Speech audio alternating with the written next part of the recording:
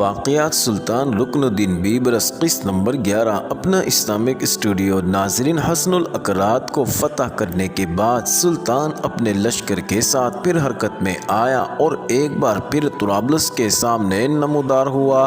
اس سے پہلے بھی سلطان ایک بار طرابلس کے قریب آیا تھا، پھر ایک دم وہاں سے ہٹ کر انطاکیہ کی طرف گیا اور اسے فتح کر لیا۔ ناظرین، اس بار جب سلطان طرابلس کے سامنے نمودار ہوا تب طرابلس کے لوگ لرز اور کانپ گئے تھے۔ انہیں یقین ہو گیا تھا کہ سلطان اس بار طرابلس کو نہیں چھوڑے گا۔ اس کے بعد وہی ہوا جو اس سے پہلے ہو چکا تھا۔ ایک روز جب طرابلس کے لوگ اٹھے تو انہوں نے دیکھا کہ سلطان اور اس کے لشکری وہاں نہیں تھے، اس لیے کہ سلطان نے یکایک محاصرہ اٹھا لیا اور بیروت، سیدا اور سور کو ایک طرف چھوڑتے ہوئے ایک دم وہ الکریم نام کے قلعے پر حملہ آور ہو گیا۔ اس قلعے کو ماؤنٹ فورٹ کے نام سے بھی پکارا جاتا تھا۔ ناظرین، قلعے میں مقیم صلیبیوں کے لیے یہ حملہ بالکل خلاف متوقع تھا، اس لیے کہ ابھی کچھ دن پہلے تو سلطان طرابلس کے پاس پڑاؤ کیے ہوئے تھا۔ اچانک جب ان کے سامنے نمودار ہوا تو وہ دنگ رہ گئے۔ اپنے آپ کو بچانے کے لیے انہوں نے عکا کے صلیبیوں سے مدد طلب کی تاکہ دو لشکر مل کر سلطان کے سامنے دفاع کریں، لیکن جب تک عکا سے ان لوگوں کو مدد پہنچتی، سلطان نے اپنے حملوں میں تیزی اور شدت پیدا کرتے ہوئے قلعے کے سارے استحکامات کو پامال کر دیا اور قلعے میں داخل ہو گیا۔ اس طرح یہ قلعہ بھی سلطان کے ہاتھوں فتح ہوا اور اس قلعے پر قبضہ کر کے سلطان نے اسے بالکل منہدم کرنے کا حکم دیا اور اس وقت وہاں سے نکلا جب اس مضبوط قلعے کی بنیادیں تک کھود کر تباہ و برباد کر دی گئیں۔ ناظرین، ایسا سلطان نے اس لیے کیا تھا تاکہ آنے والے دور میں پھر کوئی صلیبی لشکری وہاں قیام کر کے مسلمانوں کے لیے خطرے کا باعث نہ بنے۔ ناظرین، اور جو قلعے سلطان نے ابھی فتح نہ کیے تھے، سلطان ان پر حملہ آور ہونے کا ارادہ رکھتا تھا۔ ان قلعوں کو اپنا مستقبل تاریک نظر آتا دکھائی دیا۔ ان کے صلیبی حکمران سر چھوڑ کر بیٹھے اور کافی بحث کے بعد فیصلہ کیا گیا کہ سلطان سے صلح کر لینی چاہیے۔ اگر ایسا نہ کیا گیا تو سلطان یکے بعد دیگرے سب کو فتح کرتے ہوئے فلسطین سے انہیں مٹا کر رکھ دے گا۔ ناظرین، چنانچہ باقی بچنے والے سارے قلعوں نے ایک سفارت تیار کی۔ یہ سفیر سلطان کی خدمت میں حاضر ہوئے، نہایت عاجزی اور خجالت امیز انداز میں صلح کا پیغام دیا اور آئندہ مطیع اور فرما بردار رہنے کا وعدہ کیا۔ ناظرین، سلطان کیونکہ بڑا وسیع الظرف انسان تھا، زندگی میں پہلی بار صلیبیوں کی منت سماجت پر اس کا دل بھر آیا اور اس نے کچھ شرائط پر ان سے صلح کر لینے پر آمادگی ظاہر کی۔ ناظرین، پہلی شرط یہ تھی کہ صلیبی اپنے قلعوں کے موجودہ استحکامات میں ہرگز اضافہ نہیں کریں گے۔ دوسری شرط یہ تھی کہ وہ ان قلعوں اور شہروں میں مقیم مسلمانوں سے رواداری کا برتاؤ کریں گے اور نواحی علاقوں کے مسلمانوں سے بھی چھیڑ چھاڑ نہیں کریں گے۔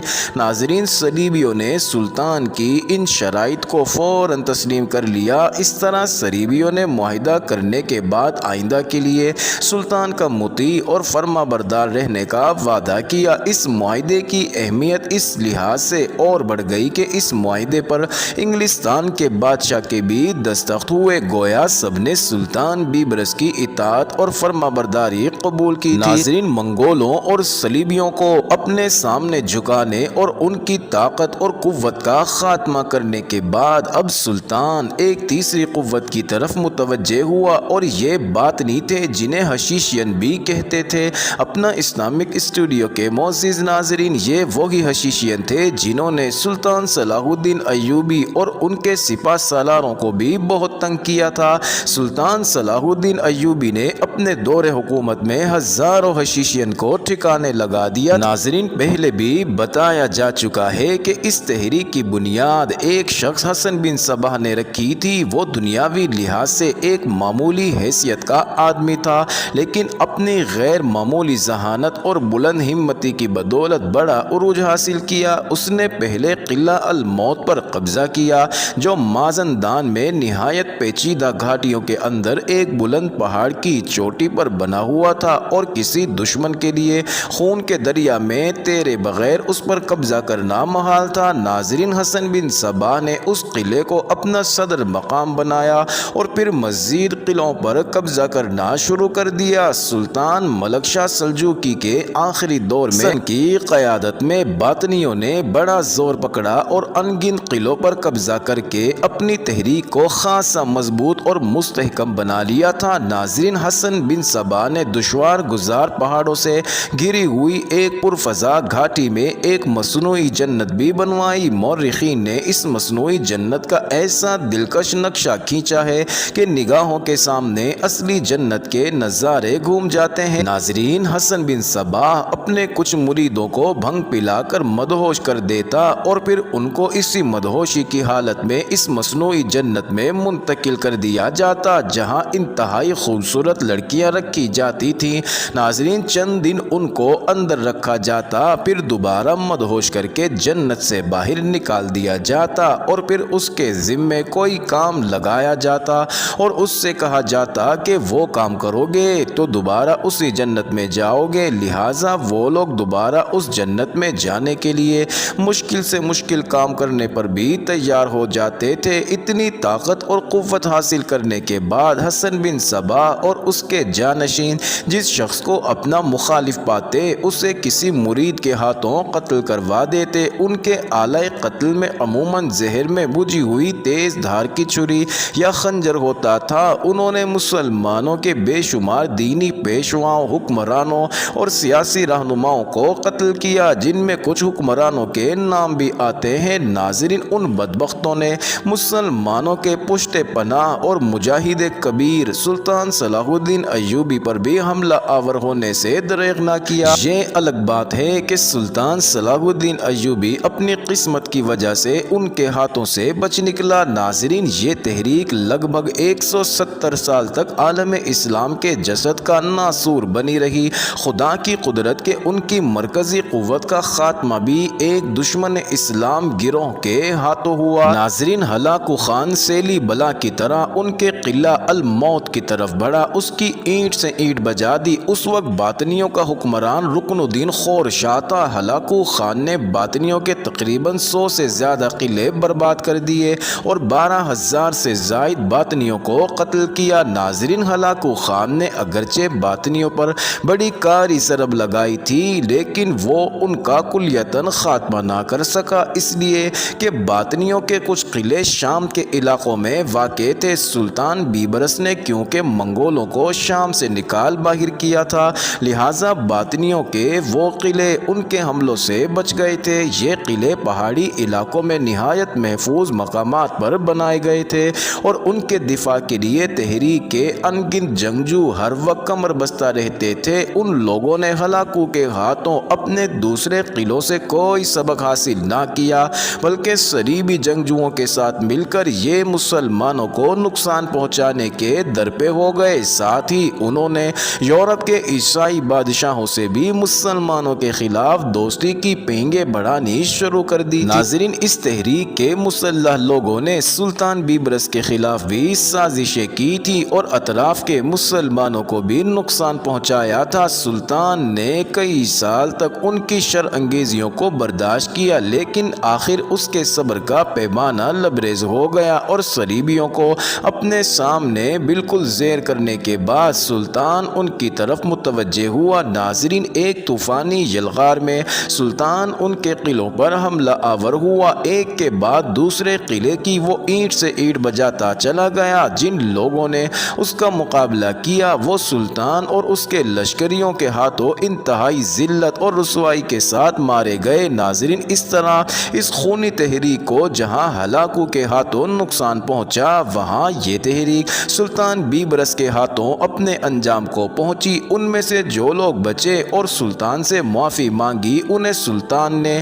اپنے لشکریوں کی نگرانی میں مصر کے اندر آباد کیا اور انہیں پرامن زندگی بسر کرنے کا موقع فراہم کیا۔ ناظرین، سلطان نے اب 3 قوتوں کو اپنے سامنے زیر کر دیا تھا، ایک منگول، دوسرے صلیبی اور تیسرے باطنی تحریک۔ ناظرین، اس کے بعد وہ اپنے لشکر کے ساتھ قاہرہ واپس آ گئے، لیکن جلد ہی اس کے لیے ایک اور مہم اٹھ کھڑی ہوئی، اس لیے کہ سوڈان کے عیسائی بادشاہ ڈیوڈ نے سلطان کے علاقوں پر حملہ آور ہو کر مسلمانوں کو نقصان پہنچانا شروع کر دیا تھا۔ سلطان کو جب اس کے ارادوں کی خبر ہوئی تو سلطان لشکر لے کر قاہرہ سے نکلا اور ڈیوڈ کے خلاف اس نے طوفانی یلغار کی ابتدا کر دی۔ ناظرین، ڈیوڈ نے چند ایک مقام پر سلطان کے ساتھ مقابلہ کیا، لیکن اسے بدترین شکست کا سامنا کرنا پڑا، یہاں تک کہ سلطان ڈیوڈ کے علاقوں میں یلغار کرتا ہوا اس کے انتہائی مضبوط اور مستحکم شہر نوبہ تک جا پہنچا۔ ناظرین، ڈیوڈ نے جب دیکھا کہ کہیں بھی اس کے قدم سلطان کے سامنے جم نہیں سکتے اور سلطان جگہ جگہ اسے شکست دیتا ہوا اس کی ساری مملکت کو اپنی گرفت میں لیتا جا رہا ہے، تو اسے خدشہ ہو گیا تھا کہ سلطان اس کی پوری مملکت پر قبضہ کر لے گا، لہٰذا تنگ آ کر وہ سلطان کی خدمت میں حاضر ہوا اور گڑ گڑا کر معافی کا خواستگار ہوا اور آئندہ سلطان کا مطیع اور فرما بردار رہنے کا وعدہ کیا۔ ساتھ ہی اس نے تاوان جنگ دینے کے ساتھ ساتھ سالانہ خراج بھی باقاعدہ سے دینے کا وعدہ کیا۔ سلطان نے اس وعدے پر اس کی جان بخشی کر دی۔ ناظرین، سلطان اس مہم سے فارغ ہوا ہی تھا کہ اس کے لیے ایک اور مہم اٹھ کھڑی ہوئی اور وہ ہلاکو خان کے بیٹے اباقا خان کی طرف سے۔ ناظرین، ہلاکو خان مارا جا چکا تھا کیونکہ منگولوں پر حملہ آور ہو کر ایک طرح سے سلطان نے ان کی کمر توڑ دی تھی، لہٰذا غیر مسلم منگولوں نے ہلاکو خان کے بیٹے اباقا خان کے تحت قوت پکڑتے ہوئے ارض شام پر حملہ آور ہو کر مسلمانوں کے علاقوں پر قبضہ کرنے کی کوشش کی، لیکن سلطان بالکل مستعد اور تیار تھا، منگولوں کو اس نے شام پر چڑھائی کرنے کی مہلت ہی نہ دی۔ ناظرین، سلطان نے اپنے سپہ سالار امین کلاؤن کو ان کی سرکوبی کے لیے روانہ کیا، جس نے ہلاکو خان کے بیٹے اباقا خان کے لشکر کو پے در پے شکست دیتے ہوئے اسلامی سرحدوں سے بھاگ جانے پر مجبور کر دیا۔ ناظرین، شکست کھانے کے بعد ہلاکو خان کے بیٹے اباقا خان نے صلیبیوں سے مدد حاصل کر کے اور ان کے تعاون سے ایک بار پھر مسلمانوں کے علاقوں پر حملہ آور ہو کر اپنی گزشتہ شکستوں کا انتقام لینا چاہا، لیکن ابھی وہ پیش قدمی ہی کر رہا تھا کہ شام کی سرحدوں کے قریب ایک میدان میں اباقا خان اور سلطان کا ٹکراؤ ہوا۔ ناظرین، اس ٹکراؤ میں سلطان نے منگولوں کو ایسی بدترین شکست دی کہ اس سے پہلے عین جالوت میں منگولوں کو جو شکست ہوئی تھی، یہ شکست اس شکست سے بھی زیادہ رسوا کن اور ذلت امیز تھی۔ ناظرین، اس سے منگولوں پر ایک طرح سے سلطان کا رعب اور خوف طاری ہو گیا تھا اور آنے والے دور میں انہیں کبھی بھی مسلمانوں کے علاقوں پر حملہ آور ہو کر فوائد حاصل کرنے کی جرت اور جسارت نہ ہوئی۔ ناظرین، اس جنگ میں منگولوں کو شکست دینے اور مار بھگانے کے بعد سلطان جس وقت دمشق میں مقیم تھا وہ سخت بخار میں مبتلا ہو گیا۔ ناظرین، طبیبوں نے بہت علاج کیا، لیکن کیونکہ سلطان کا آخری وقت آ چکا تھا، لہٰذا کسی بھی طبیب کا کوئی علاج کارگر ثابت نہ ہوا اور سن 1277 کو عالم اسلام کے اس بطل جلیل اور دنیا کے نامور سالار نے فقط 57 برس کی عمر میں اس فانی دنیا سے کوچ کیا۔ ناظرین، سلطان کی وفات پر تمام عالم اسلام میں گہرے غم و رنج کا اظہار کیا گیا اور اس کی مغفرت کے لیے دعائیں مانگی گئیں۔ اس کے برعکس صلیبیوں، منگولوں اور اس طرح کی دوسری قوتوں نے اپنے سب سے بڑے حلیف کی موت پر بے پناہ مسرت اور اطمینان کا اظہار کیا۔ ناظرین، دمشق کو ایک بار پھر یہ شرف حاصل ہوا، اس نے اپنے دور کے سب سے بڑے مجاہد اسلام کے جسد خاکی کو اپنی خاک کے اندر جذب کر لیا۔ ناظرین، اس سے پہلے الملک العادل سلطان نور الدین زنگی، مجاہد کبیر سلطان صلاح الدین ایوبی بھی وہیں دفن تھے۔ ناظرین، سلطان بیبرس کو بھی وہیں دفن کیا گیا۔ اتفاق کی بات کہ تاریخ اسلام کی ان تینوں عظیم شخصیتوں نے صلیبیوں کے خلاف معرکہ آرائیوں میں نام پیدا کیا اور صلیبی قوتوں پر ضرب لگاتے ہوئے مسلمانوں کی حفاظت کی، اور تینوں نے دمشق میں سفر آخرت اختیار کیا اور تینوں دمشق میں ہی آسودہ خاک ہوئے۔ ناظرین، دمشق میں سلطان بیبرس کا مقبرہ اس کے لقب الملک الظاہر کی نسبت سے الظاہر کہلاتا ہے۔ وہاں آج کل عظیم الشان کتب خانے ہیں۔ مشہور امریکی مورخ فلپ کے بیان کے مطابق اس کتب خانے میں دنیا کا ایک قدیم ترین نسخہ موجود ہے جو کاغذ پر لکھا گیا ہے، جو مسائل امام احمد بن حنبل کہلاتا ہے، اور اس پر جو تاریخ ثبت ہے وہ ہجری 226 ہے۔ ناظرین، سلطان کی وفات کے بعد صلیبیوں اور منگولوں نے مسلمانوں کے علاقوں پر حملہ آور ہو کر فوائد حاصل کرنے کی کوشش کی، لیکن وہ ایسا نہ کر سکے، اس لیے کہ سلطان نے جو لشکر تیار کیا تھا اور اس لشکر میں جو سالار مقرر تھے، انہوں نے سلطان کے بعد بھی ان قوتوں پر سلطان ہی کے انداز میں ضرب لگائی۔ ناظرین، اس طرح سلطان نے عالم اسلام کی حفاظت کے لیے جو حصار قائم کیا تھا وہ اس کے بعد بھی مدتوں قائم رہا، اور کوئی اسلام دشمن قوت اس حصار کو پار کر کے مسلمانوں کے لیے نقصان کا باعث نہ بن سکی۔ اپنے بے مثال کارناموں کی بدولت سلطان جب تک زندہ رہا عمومی طور پر عالم اسلام کے لیے اور بالخصوص اہل مصر اور شام کی آنکھوں کا تارا بن گیا، اور جب وہ اس دنیا سے کوچ کر گیا تو اس کے عظیم کارنامے اسلامی تاریخ کے سنہری باب کا حصہ بن گئے۔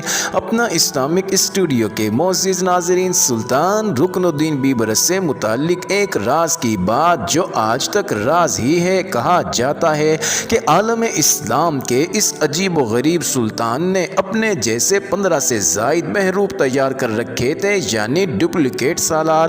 ناظرین، عیسائی مورخین اس کی وجہ یہ بتاتے ہیں کہ سلطان رکن الدین بیبرس ایک جمعے کو ملک شام پر حملہ آور ہوتا تو دوسرے جمعے کو پورے لشکر کو لے کر فلسطین جا پہنچتا۔ سلطان رکن الدین بیبرس نے جس وقت انطاکیہ پر حملہ کیا، عین اسی وقت دو مزید قلعوں پر حملہ کیا جو کہ فاصلے کے لحاظ سے 70 میل دور تھے، جو کہ ایک ناممکن سی بات تھی۔ اسی بات کو بنیاد بنا کر عیسائی مورخین کہتے ہیں کہ سلطان رکن الدین بیبرس نے اپنی ڈپلیکیٹ تیار کر رکھی تھی جو مختلف قلعوں پر حملہ آور ہوتے، اور صلیبی یہ سمجھتے کہ سلطان رکن الدین ہم پر چڑھ دوڑا ہے۔ آج تک بہرحال یہ راز ہی ہے۔ ناظرین، آج یہ سلسلہ بھی مکمل ہوا۔ اللہ تعالیٰ کا شکر ہے کہ جو کام شروع کیا اسے ختم کرنے کی بھی توفیق دی۔ سلطان بیبرس، جس کو سلطان صلاح الدین ثانی بھی کہا جاتا ہے، ان کی تاریخ آپ تک پہنچانے کی توفیق دی، کیونکہ سلطان رکن الدین بیبرس کو جو سلطان صلاح الدین ایوبی اور سلطان نور الدین زنگی کی طرح ہی دمشق کی خاک میں دفن کیا گیا، ان کو تاریخ دانوں نے فراموش کر دیا تھا۔ اسی وجہ سے سلطان بیبرس کے متعلق لکھا گیا یہ سلسلہ نہایت ہی مختصر ہے۔ امید ہے آپ لوگ ہمیں اپنی دعاؤں میں اور خاص کر کمنٹس اور لائک کے ذریعے یاد رکھیں گے، اور سلطان بیبرس کی تاریخ سے متعارف ہوں گے کہ کیسے مسلمان منگولوں کے ارض مقدس کی طرف بڑھتے ہوئے طوفان سے نبرد آزما ہوئے، اور مسلمانوں کے ختم ہونے کے خطرے سے کس طرح نجات حاصل کی۔ ناظرین، اس کے بعد ہم بہت جلد ایک اور عظیم الشان سلسلہ شروع کرنے والے ہیں۔ اس کے لیے آپ کے کمنٹس ہماری حوصلہ افزائی کا باعث بنیں گے۔ اللہ ہم سب کو اپنی حفظ و امان میں رکھے اور ہم سب کا حامی و ناصر ہو۔